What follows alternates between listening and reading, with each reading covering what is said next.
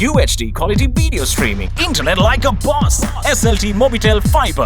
UHD quality video streaming, internet like a boss. SLT Mobitel Fiber. Surf Excel Hygienic Clean corona වෛරසය 99.9ක් විනාශ කරනවා. හොඳ වැඩවලට ඊට කොරෝනා වලට තිත.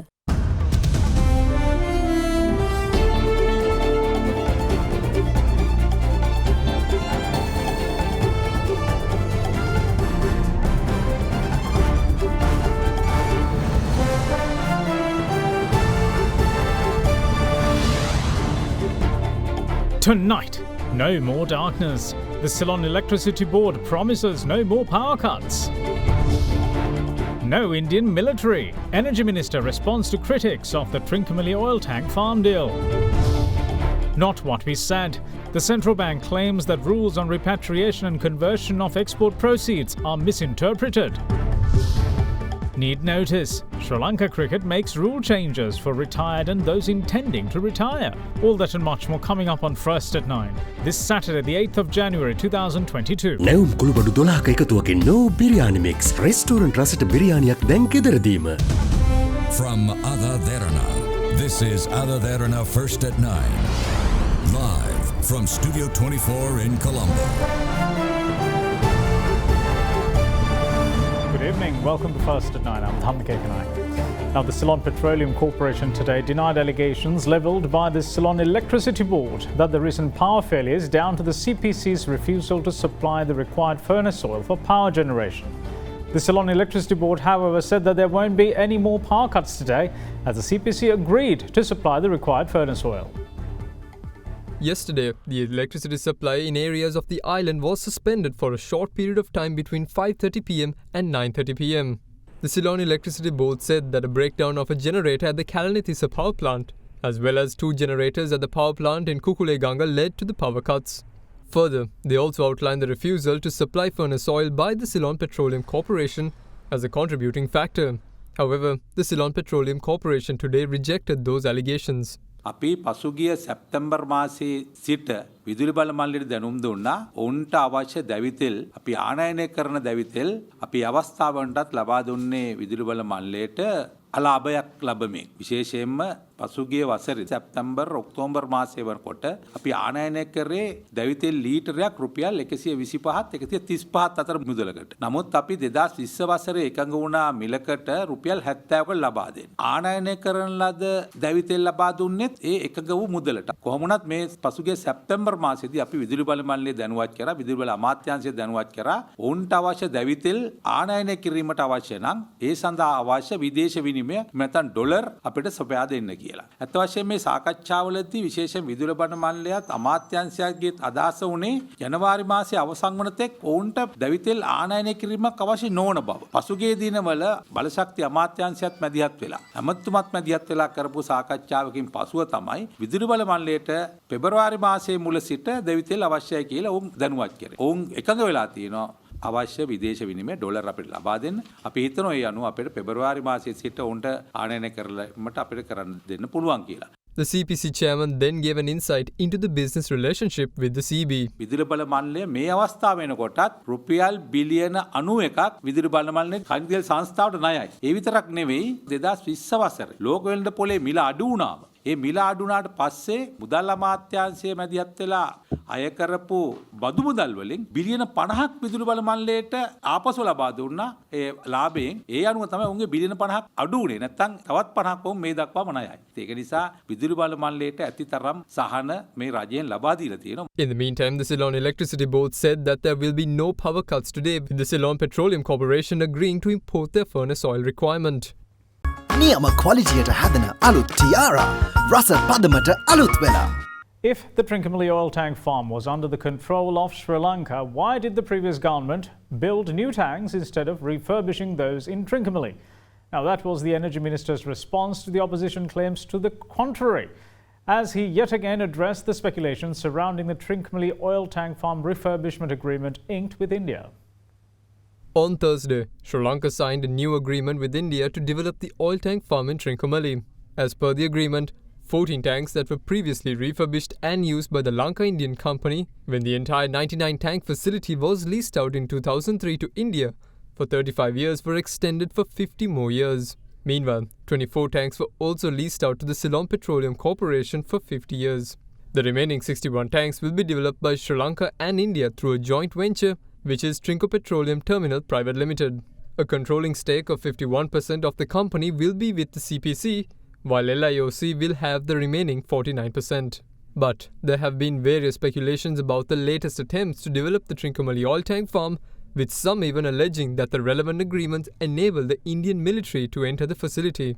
And today, the Minister of Energy Udaya Gammanpilla held a media briefing to clear the air and rejected possibility of Indian military entering the facility. ටැංකිය 99න් 85කම පාලනය තියෙන තෙල් සංස්ථාවත්. ටැංකිය 24ක් භාවිතා කරනවා තෙල් සංස්ථාවේ අවශ්‍යතාවය සඳහා. ඒ ටැංකිය 24 අලුත් වැඩියා කිරීමට ඇමරිකන් ඩොලර් මිලියන 25ක් පමණ යතයි තෙල් සංස්ථාවෙන් ගණන් බලලා තියෙනවා. ඒ මුදල අපි වහාම ලබා දෙනවා. තෙල් සංස්ථාවට ඩොලර් වල නම් නැහැ. ඒක රුපියල් ඇති වෙන්න තියෙනවා. අපි දවසකට රුපියල් බිලියනයක විතර ආදායමක් ලබනවා. එතකොට මේ මුදල සාමාන්‍යයෙන් දවස් 11ක 12ක ආදායම තමයි මේ සඳහා වැය වෙන්නේ. ඒ මුදල අපි තෙල් සංස්ථාවට ලබා දෙනවා. මේ කාර්යය ආයෝජනය කරන්න. ඒකත් එක්ක අපිට පුළුවන් වෙනවා තෙල් ප්‍රවාහන වියදමෙන් වාර්ෂිකව රුපියල් බිලියනයක් ඉතිරි කරන්න. මොකද දැන් LIOC සමාගම කරන්නේ තෙල් බාන විට කොටසක් කොළඹ බාලා ඉතුරු කොටස බාන්නේ ත්‍රිකුණාමලේ. ඒතර ත්‍රිකුණාමලෙන් තමයි උතුරු පළාත, නැගෙනහිර පළාත, උතුරු මැද පළාත, බදුල්ල දිස්ත්‍රික්කය සහ කුරුණෑගල දිස්ත්‍රික්කයෙන් බහුතර ප්‍රදේශයට තෙල් බෙදා හැරීම කරන්නේ. මෙහෙන් බෙදනවා වෙනුවට එහෙන් බෙදීමෙන් පමණක් වසරකට අපට රුපියල් බිලියනයක් ඉතිරි කරන්න පුළුවන්. With the LIOC having 14 tanks in their use, the Energy Minister also explained the annual cost incurred per tank by the LIOC. Dollar 1387ක් මොකද මේ වෙන විට ගිවිසුමක් තිබුණා පෞගේ ආණ්ඩුව එකඟ වෙච්ච ඒ ගිවිසුමේ තිබ්බේ ඩොලර් 1000ක් දෙන්න ඕනි කියලා. අපි ඒකට ඇමරිකාවේ උද්දමනය එකතු කරලා තමයි එක ටැංකියකට ඩොලර් 1387ක් කියන ගාණ හදාගත්තේ. ඒතර සාමාන්‍යයෙන් ඇමරිකානු ඩොලර් වලින් බද්ධ ගණනය කරලා තියෙන නිසා ඇමරිකාවේ උද්දමනය මත තමයි අනාගත බදු මුදල වැඩි කිරීම තීරණය වෙන්නේ. එතකොට සාමාන්‍යයෙන් ඒතර අපේ ආදායම පැත්තෙන් බැලුවොත් සාමාන්‍යයෙන් වසරකට 8ක් 10ක් අතර ඇමරිකානු ඩොලරේ අගේ වැඩි වෙනවා. ඊට අමතරව ඇමරිකාවේ උද්දමනයේ මත 102කින් වැඩි වෙනවා. ඒකට වාර්ෂිකව 10%ක් 12ක් අතර ප්‍රතිශතයකින් මේ බදු මුදල වැඩි වෙනවා. The minister also responded to the allegations levelled by the opposition, which says that the Trincomalee tank farm was always under the control of the Sri Lankan government. ඔය ටැංකිය ටික ත්‍රිකුණාමලේ දි รา පත් වෙවි තියෙද්දි රුපියල් බිලියන ගාණක් වියදම් කළා මුතුරාජ වෙලයි කොළොන්නාවේ අලුතෙන් ටැංකිය හදන්න උනේ. ඔය ටැංකිය ටික අලුත් වැඩියා කරලා පාවිච්චියට ගන්න තිබ්බා. ටැංකිය අපි ගාව නම් තිබ්බේ. ඉන්දියාව ගාව නෙවෙයි නම් තිබ්බේ. ඇයි මෙච්චර කාලයක් අවුරුදු 100ක් දි รา පත් වෙන්න තිබ්බේ අපේ පාවිච්චියට ගන්නේ නැතුව? සාමාන්‍ය මෙට්‍රික් ටොන් 10000ක ධාරිතාව එක ටැංකියක් හදන්න අවම වශයෙන් රුපියල් බිලියනයක් වැය වෙනවා. ඒ කාලේ ආණ්ඩු තිබ්බනේ. ජවිපෙට සම්බන්ධ ආණ්ඩු තිබ්බා. එජාපෙට සම්බන්ධ ආණ්ඩු තිබ්බා. මේ අයට තිබුණානේ ඒ කාලේ පාවිච්චි කරන්න. Now, some of Sri Lanka's most influential women believe that Sri Lanka has a chronic issue of negative promotion, putting the country at a disadvantage. Speaking to Indi Varyamuatha on our current affairs program at Hyde Park on AdaDerana 24, they even criticised the Sri Lankan media for constantly promoting negative elements without giving due focus to the country's positives. In order to rectify this brand Sri Lanka crisis that we're talking about, how do we approach it? I don't see a problem with branding. I see what we associate or what we want to promote is negativity. What Sri Lanka needs to understand is we have a lot of positive things, but I don't see any of, even the private sector is doing their part of branding Sri Lanka. We wait for politicians. Politicians will brand their own branding for their campaigns. But as Sri Lankans, we should be branding. So everyone has individual agenda. So we have to have a country agenda. Let the politician have their agenda. But as private sector, as country, can we come forward? And also the Sri Lankans media, more than media, the international media put a lot of negativity. So we on the social media, we share those than the positivity in Sri Lanka. So there is a challenge for even for Sri Lankan media to put the positivity out. And also we have so much of news and we are more targeted on the news on the negativity than the positivity. But if you look at the globally whether Sri Lanka is a negative country, I would say no. Every country has a problem. Every family has a problem. But if you focus on the problems, we will not see the blessings. During the COVID, I still think, I have been on the road, I still feel we are a blessed country. We are blessed. And why can't we speak about blessings? Why do we have to complain so much? The thing is, we have been taught, we have been brainwashed that negativity is the way to come forward. Complain and you get results. We have not taught, appreciate, and feel blessed so that you can move forward. I think that's problem in Sri Lanka. So when you talk about FDI coming in, there is something Sri Lanka is offering to investors, either for Sri Lankan per consumption or a gateway to a region. But they need certain things which you stand for consistently throughout, because it's not the only country to invest in. You have other countries which stand for certain things. You have to decide on that and be consistent in what you're offering for an investor. So I think about 6 months ago, 8 months ago, when this whole foreign currency freeze came, we had global investors who started selling off because they were scared that the dollars couldn't be taken out. So that is absolutely inconsistent. Whether this government changes or the other government comes in, we will offer as a country consistently for people to do business. And that brand should be uniform. And if Sulo tells us to go and speak in UK, I don't have to think twice. I know what the brand stands for. And power of that and the consistency and what it stands for helps it to grow beyond. Though the tourism sector expected some relief, especially moratoriums on loan and lease payments and some concessions through the budget 2022, they didn't materialize.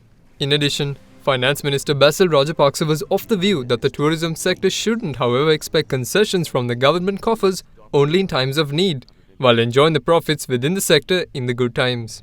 Similarly, the matter was also discussed during our panel discussion as well. Tourism industry. I think we had the Hoteliers Association talk about what the government needs to do in order to help financially and also restructure the debt component. What is your view here? Most companies are in a bit of a pickle, but I still believe that a company should take care of their own problems, that they should also have some kind of reserve.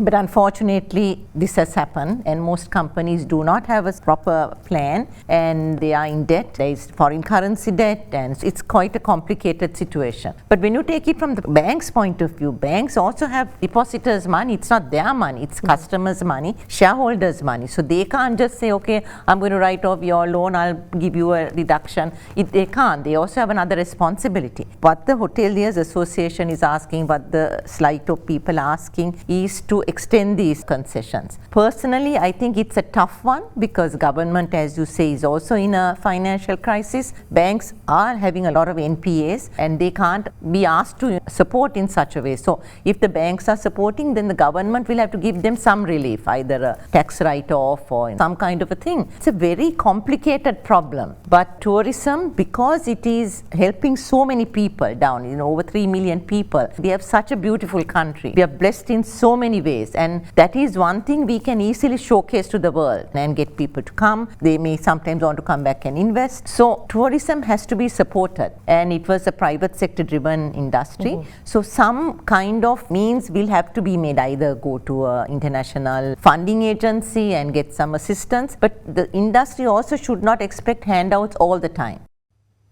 Now then, China's Foreign Minister Wang Yi arrived in the island this evening for a 2-day official visit. He is in the country to launch the celebration of the 65th anniversary of China-Sri Lanka diplomatic relations. According to the Embassy of China in Sri Lanka, Colombo will be the last stop of Wang Yi's first foreign visit in the new year.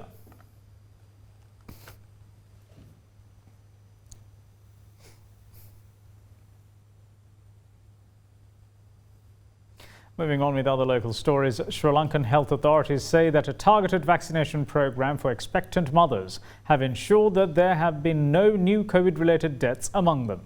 Meanwhile, a study carried out by the Centers for Disease Control in the United States has identified that there is a 166% chance of children under the age of 18 being diagnosed with diabetes after 30 days of COVID infection. Health authorities have urged the public to consistently take measures to ensure that they do not contract the COVID virus for a multitude of reasons. The simple reason being mega transmission would put the health system under stress. Since late last year, various studies have emerged showcasing the possibility of people sustaining long-term issues from COVID-19. And yesterday, a new study by the Center for Disease Control and Prevention in the United States revealed that children under the age of 18 were likely to be diagnosed with diabetes after 30 days of COVID infection. The CDC says that children are 166% more likely to be diagnosed with diabetes anew after testing positive for COVID. It also noted that infection might lead to type 1 or type 2 diabetes through complex and differing mechanisms. The agency noted that a percentage of these new diabetes cases likely occurred in persons with pre-diabetes, which occurs in 1 in 5 adolescents in the United States. As such, they highlighted the importance of taking COVID prevention measures. The message is consistently emphasized and promoted by medical health experts in Sri Lanka as well, especially to vulnerable groups. Included in this vulnerable group, among others, are expectant mothers. And as per the Sri Lanka Medical Association, vaccination has led to a great improvement within that group. Regarding the pregnant mothers, current context, what we recommend is during first pregnancy, if they have not received the vaccine, they can get the vaccine at any trimester, first or second or third, and they can get 2 doses, 1 month apart, whatever the vaccine, and then subsequent pregnancies, they will get another booster dose. And by looking at the numbers, we experienced around 56 deaths in latter part of the year 2021, and up to now, we have not encountered death due to COVID complicating pregnancy. That's a huge achievement, and credit should go to the Ministry of Health. The 123rd birth anniversary of Sri Lanka Freedom Party founder, former Prime Minister late SWRD Bandaranaike was commemorated today. But the commemoration events were divided and showed a great chasm between the present SLFP leadership and the Bandaranaike family. The 123rd birth anniversary of Sri Lanka Freedom Party founder, former Prime Minister late SWRD Bandaranaike falls today. 2 commemoration ceremonies were worked off this morning at the Golface at the late Prime Minister's statue. One of them was organised by his daughter, former President Chandrika Bandaranaike Kumaratunga, and was also attended by MP Susil Premajayantha, who was recently ousted from the position of State Minister. Floral tributes were paid to the Bandaranaike statue during the ceremony.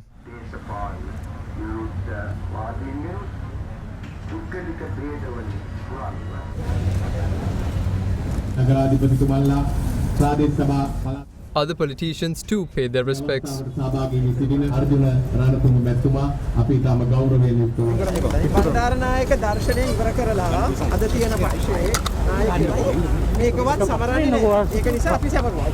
අපිට වැඩි ශ්‍රී ලංකාකාරයෝ තව ඉන්නවද? අපි තමයි original ශ්‍රී ලංකාකාරයෝ. ඔය දැන් ඉන්න ශ්‍රී ලංකාකාරයෝද නැහනේ. ශ්‍රී ලංකා නිදහස් පක්ෂ සභාපති මෛත්‍රීපාල ජනාධිපති.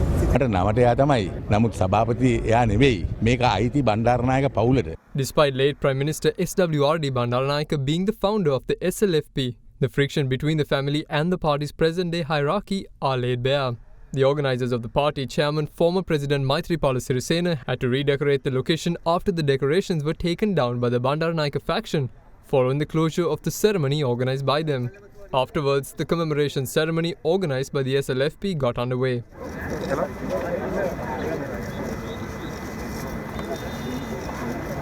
ශ්‍රී ලංකා නිදහස් පක්ෂය ගැන මොකද හිතන්නේ? අපි බොහොම ජවයක් වේගයක් ඇතුව පක්ෂය සංවිධානය කරගෙන යන වෙලාවක්. අලුත් ගමනක් යන්නද යන්නේ වෙනම පැහැදිලිවම අලුත් ගමනක්. වර්තමාන දේශපාලනය ගැන ඔබතුමා කලකිරලා තින්නේ. අයියෝ මම කවදාවත් කලකිරෙන්නේ නෙවෙයි. මම තමයි සතුටින්ම ඉන්න කෙනා මේ රටේ දේශපාලනේ. මම ජනාධිපතිච්ච කෙනෙක් නෙවෙයි නිකන් ගමේ කොල්ලෙක් වෙලා ඉඳලා ඇවිල්ලා. We will see you shortly after this break. Stay with us.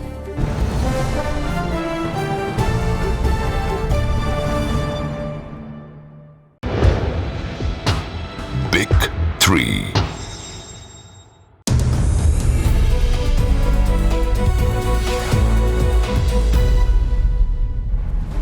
Welcome back. You're watching First at 9. Now, the central bank says that certain parties with vested interests have misinterpreted the rules issued by it pertaining to the repatriation and conversion of export proceedings to Sri Lankan rupees. It says that unfounded speculation has been mischievously spread that the CBSL rules require converting the entirety of workers' remittances forcibly into Sri Lankan rupees upon the receipt of such foreign exchange funds by the licensed banks.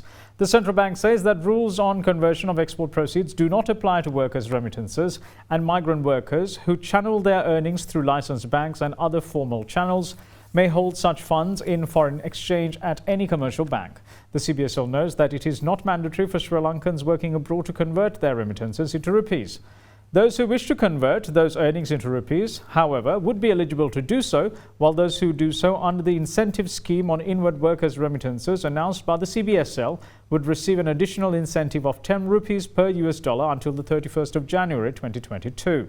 For further information, people can refer to the relevant Gazette Extraordinary number 2251/42 on the CBSL website. Oil prices settled lower yesterday as the market weighed supply concerns from the unrest in Kazakhstan and outages in Libya against a US jobs report that missed expectations and its potential impact on Federal Reserve policy. Brent crude settled down 24 cents to $81.75 a barrel, while US West Texas Intermediate crude was down 56 cents at $78.90 a barrel.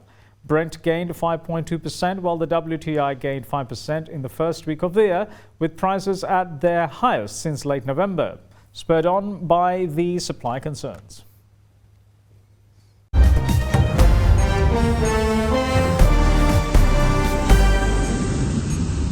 Welcome back. This is First at 9. Now, the Kazakhstan government believes that the recent violent protests in the country are the doing of a foreign entity, with the president calling for the violent terrorists to be shot. He also sought military aid from Russia to address the situation. Now, this has not gone down well in the United States, with Secretary of State Anthony Blinken questioning as to why a very capable Pakistani or Kazakhstan authorities would need outside help. Kazakh President Kassym-Jomart Tokayev said on Saturday that there will be no talks with the terrorists who have caused multiple deaths over the past days. Dozens of people have been killed in protests triggered by a rise in fuel prices. Public buildings across Kazakhstan have been ransacked and torched in the worst violence the former Soviet Republic has experienced in 30 years of independence. Tokayev posted on social media that the terrorists were beating and killing policemen and young soldiers, putting fire at administrative buildings, looting private premises and shops, killing secular citizens and raping young women. He went on to say, "In my basic view, no talks with the terrorists, we must kill them." The Kazakh president blamed foreign-trained terrorists for the unrest, adding that the gangsters and terrorists were very well trained, organized and commanded by the special center, and that some of them were speaking non-Kazakh languages. Tokayev posted that there were at least 6 waves of attacks of terrorists at Almaty, with total amount of them forecast at 20,000. The Almaty region of Kazakhstan established an anti-terrorist headquarters yesterday and called on the residents to stay at home to ensure safety. As the violence escalated, Kazakhstan sought Russian military and to bring in the situation under control following days of unrest. Security forces appeared to have reclaimed the streets of Kazakhstan's main city yesterday after days of violence. Moscow said that 70 planes were ferrying Russian troops into Kazakhstan and that these were now helping control Almaty's main airport, recaptured on Thursday from protesters. The US, however, concerned about the Russian military presence in Kazakhstan, though its intervention was sought by the Kazakhstan government. The nature of the request, why it came about, we're seeking to learn more about it. It would seem to me that the Kazakh authorities and government certainly have the capacity to deal appropriately with protests, to do so in a way that respects the rights of protesters while maintaining law and order. So it's not clear why they feel the need for any outside assistance, so we're trying to learn more about it. There are very particular drivers of what's happening in Kazakhstan right now, as I said, that go to economic and political matters, and what's happening in there is different from what's happening on Ukraine's borders. Having said that, I think one lesson of recent history is that once Russians are in your house, it's sometimes very difficult to get them to leave. Meanwhile, Kazakhstan Security Committee said today that the authorities have detained Karim Masimov, the former head of the National Security Committee, and some other officials on suspicion of treason. Now then, Sri Lanka cricket has made some changes with regards to players who have retired and those intending to retire from national cricket, effective immediately. The changes have been agreed at the SLC Executive Committee meeting yesterday. As per the changes, national players who intend to retire from national cricket should provide 3 months' notice to Sri Lanka cricket of their intention to retire. Further, retired national players who wish to obtain no objection certificates to play in overseas franchise leagues will only be issued the relevant certificates if they have completed 6 months from their effective date of retirement. What's more, retired national players will be considered eligible for local leagues such as the LPL only if they have played 80% of matches in the domestic cricket competitions conducted in the season prior to the conducting of the league. And that's it from all of us here at First at 9. Thanks for watching. Bye-bye.